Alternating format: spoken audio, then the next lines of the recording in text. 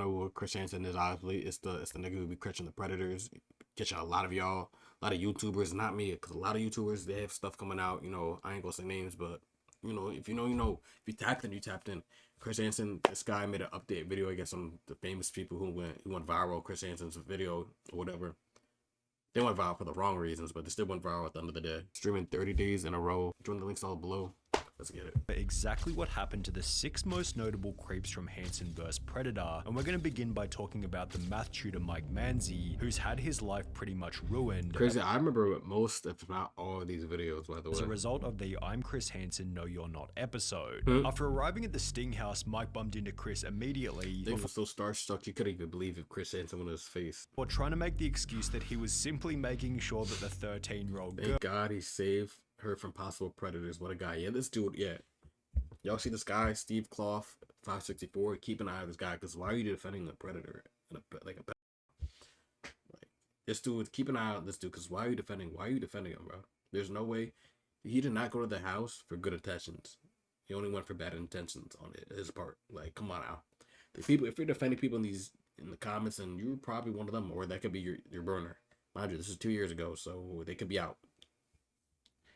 I don't know, who knows? Girl was safe inside her house. After desperately attempting to leave, Mike was arrested, taken back to the police station, and interrogated for approximately 35 minutes. The explanation that because Mike's discussion was pretty clean prior to the meetup, he was only sentenced to 3 years probation, meaning that he avoided any time in prison and wasn't registered on any unsavory lists. However, this isn't to say that Mike's life has been easy ever since the episode went live. In late 2020, he went viral, so he's definitely not getting no job anytime soon. I'm not reading all this, but we're gonna let him read for a conversation was leaked with one of the show's editors, who explained that the head of security, Ron Knight, was actually Mike Manzy's uncle, and that there is a part that never aired where Manzy is insisting to Knight to let him go because he's known Manzy since birth. What? Bro, this has to be staged, because no way your security guard or the person who's gonna secure the area is the suspect's uncle. There's no way this stuff isn't fake. But then again, they actually get arrested because it shows them the charges and everything. You could probably look them up. So, but like, that's crazy. I wonder if he knew. Like, he knew that all along his nephew was a pedophile. You know? Oh, what on? This is apparently why Manzy made such an effort to convince the crew to let him leave peacefully, yet his uncle told Manzy the best thing he could do is go through the garage and remain silent, which Manzy obviously I didn't even know that. As a result of the episode, Mike now hates his uncle, which has more than likely led to the decline of How you mad at him for your mistakes? What? I should smack him, bro. I should smack the camera, take my anger out of him. How you mad at him because the mistake you made? I ain't put you here.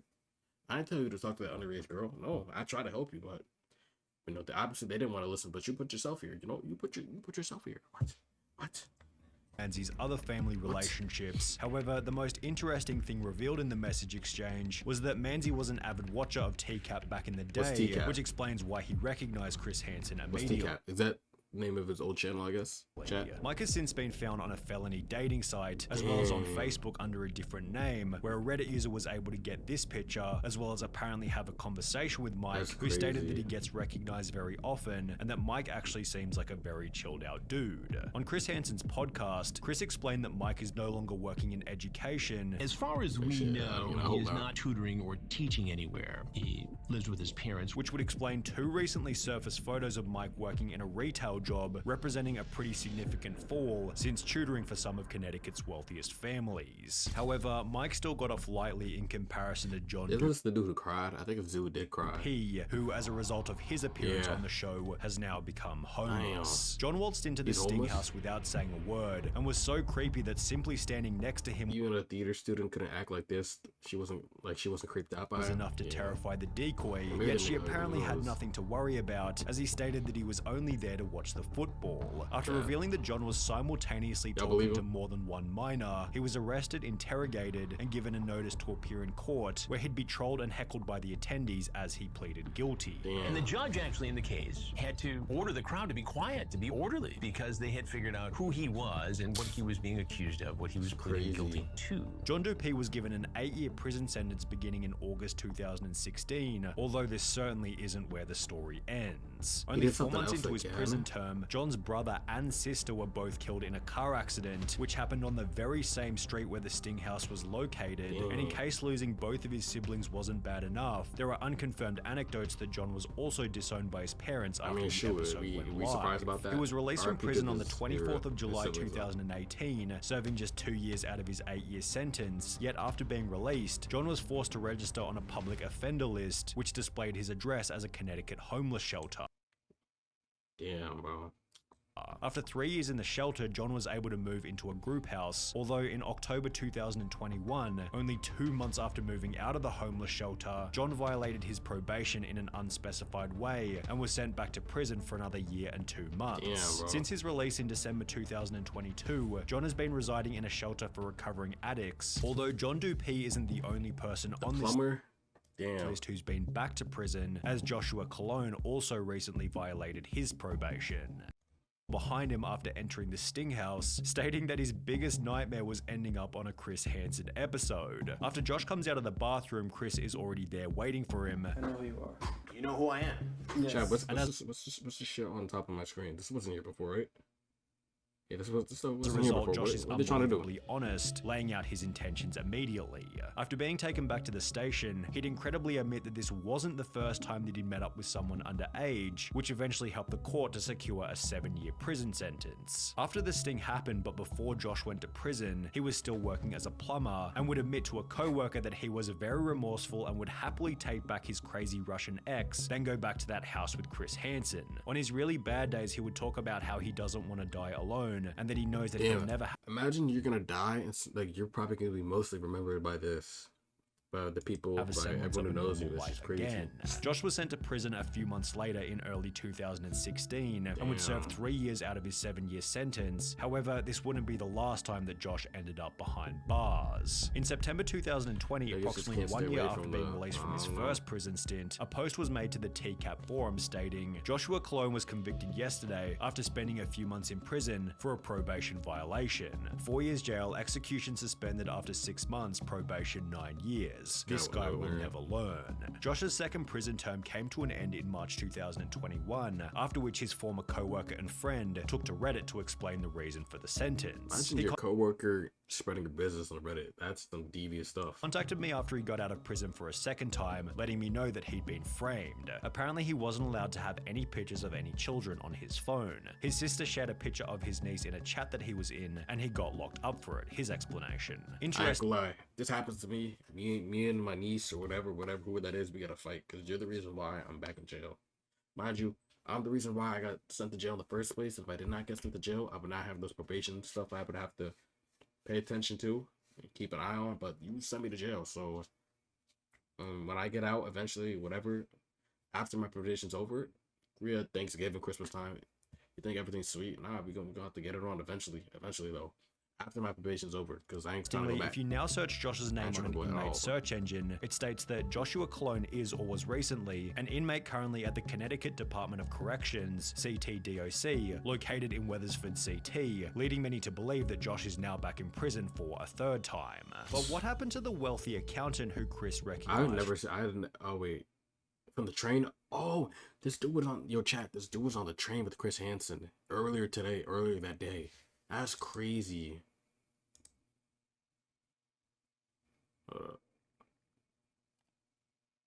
From the train. His name was Charles Lawrence, and after walking into the Sting house, the following exchange occurred. No, Chris. What are you doing? But That's this crazy. is the first time I've caught anyone who I know. After which Charles was arrested and taken back to the station for an interview. Throughout the Damn. interrogation, Charles made the hilarious claim that, because of his poor eyesight, he read the decoy's age as 18 instead of 13. I mean, shoot, that might fly in court. I mean, if he was wearing glasses, I don't know. Hey, listen, you got $100,000 lawyer. He or she can probably make that go away. I don't know. I thought he said 18. I swear to God. I would never, ever in my entire life beat a 13-year-old. However, the judge wasn't dumb enough to buy this excuse, who sentenced Lawrence to 2 years in prison, which he'd served between June 2016 and June 2018. Whilst in prison, the Association of International Certified Professional Accountants, under which Lawrence was employed, confirmed that Mr. Lawrence's AICPA membership was terminated effective May 25th, 25th, 2017 because of a final judgment of conviction for a crime punishable by imprisonment for more than 1 year.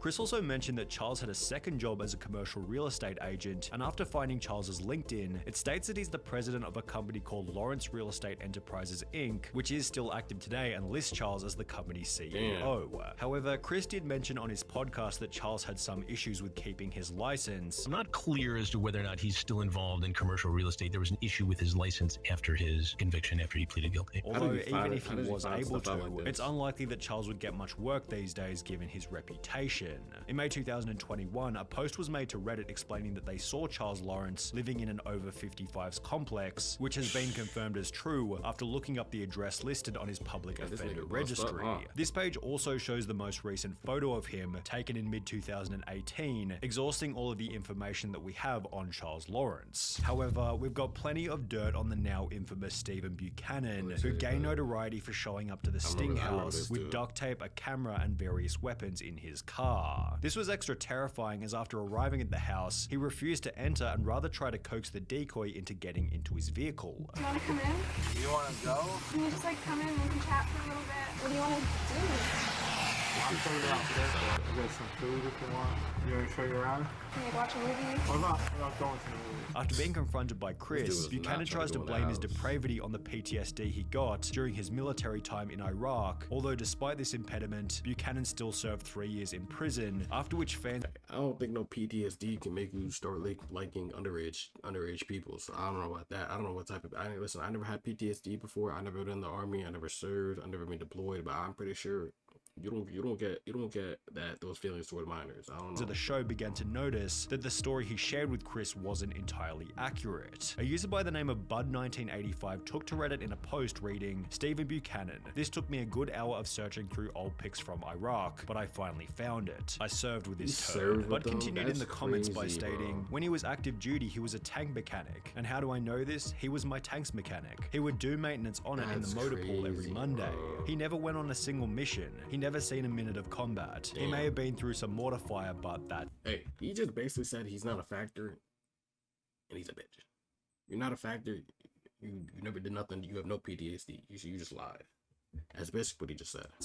It pissed me off so bad when I heard him blame it on PTSD. The most recent photo of Stephen Buchanan comes from July 2022, which accompanies a further update from Chris Hansens' podcast. And as far as we can tell, he still lives in Connecticut with his parents, and he's working, driving a large truck. Also explaining that he was able to have a conversation with Stephen's father. I called the number we had for Stephen Buchanan, and a man picked up, and it actually sounded a little bit like Stephen Buchanan, and I asked for Stephen. Right away, the man said, "Is this Chris Hansen?" And I said, "Yes, it is." This is why you're calling. I said, "I'm calling for Stephen Buchanan." And the father had the tone of a man exasperated with having to deal with the circumstances around his son. He told me that Stephen has moved on with his life, and essentially that he wants to only look forward, and then the senior Buchanan asked that I never call the number again. But while Stephen has done a pretty good job of moving on with his life, this has been significantly more difficult for Jeff Socall, who became arguably the most notable predator in Chris Hansen history after bringing a pepperoni pizza to the Fairfield Sting House. The iconic episode became etched in YouTube history as Jeff seemed so relaxed about the confrontation that he was only able to focus on his dinner. That's crazy. I want to know a little bit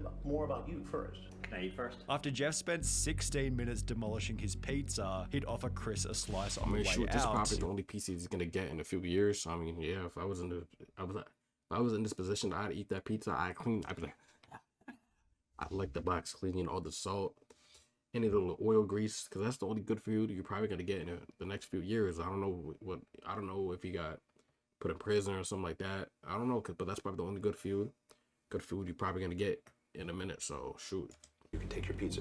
You want a slice? I'm good, thank you. And even after being taken back to the station, Jeff maintained the attitude that he hadn't done anything wrong, according to a source who was at the station with him. He kept his cool. He was pretty confident that he was going to be able to get out of this, be able to get a good lawyer and really take care of his case. While Jeff seemed confident that he wouldn't receive any charges, this didn't alter his reality, as after going through 3 different lawyers, he'd be sentenced to 2.5 years in prison beginning on the 27th of May 2017. Whilst locked up, the Jeff Socall episode became so popular that fans of the show tracked down the restaurant from which the pizza had been ordered and began to visit the restaurant asking for the exact same pizza that Jeff had gotten. Planet Pizza, nigga. Isn't this the shit from Toy Story? Toy Story Pizza Planet. Pizza Planet. Niggas working at a Toy Story Pizza Planet place, bro. This is where the nigga's working. He's working at Pizza Planet, but instead it's Planet Pizza. Nigga just stole the whole restaurant just stole stuff from Toy Story. The restaurant has since had hundreds of positive reviews, many of which subtly referencing the Jeff Socall This is Jeff speaking. This is not Jeff. Incident, and according to an email sent to us by a fan, the restaurant had to eventually ask people to stop asking for the Socall special, although there doesn't actually seem to be any evidence for this claim. By the time Jeff was released from prison in June 2019, his appearance on the show had racked up a view count in the tens of millions, leading Jeff to try and change his name legally to Sonny Derek Porter. Socall actually went to court and petitioned to change his name to Sonny Derek Porter. A few years ago, I was arrested as a part of a sting operation trying to meet a girl who was underage. The sting was part of a nationally syndicated TV show, Crime Watch Daily, Hansen vs. Predator. This episode is now available online, along with many other troll videos and nasty comments from fans of the show. In the aftermath, I've experienced humiliation, harassment, and embarrassment. One could argue that this was justified, but I've surely lived with much remorse since the arrest. Since my current name will always be linked via a simple internet search, I'm requesting authorization to change my name. I'm working hard to be a better person. How did they get the whole letter for him changing his name? Isn't this like government property, government paperwork? Overall, and making a sincere effort to treat everyone with respect. I hope to meet new friends and acquaintances and wish not to be judged based on one gigantic mistake I made a few years ago. I hope to be judged for the person I really am, the person I am today. More than anything, I would like a second chance at a happy and safe life. However, the name change was eventually rejected, which only led to more trolling. It was then discovered that Jeff had been forced to sell his apartment, and according to this Reddit comment, which isn't the best evidence, Jeff moved in with his parents in blank. It seems like he comes from a pretty affluent family, so he probably just mooches from his parents and stays low-key. The most recent photo of him comes from early 2021, which unfortunately marks the final piece of information we have on Jeff Socall. Click the link. I don't know what y'all looking at. Just click the link, bro, please. I'm begging.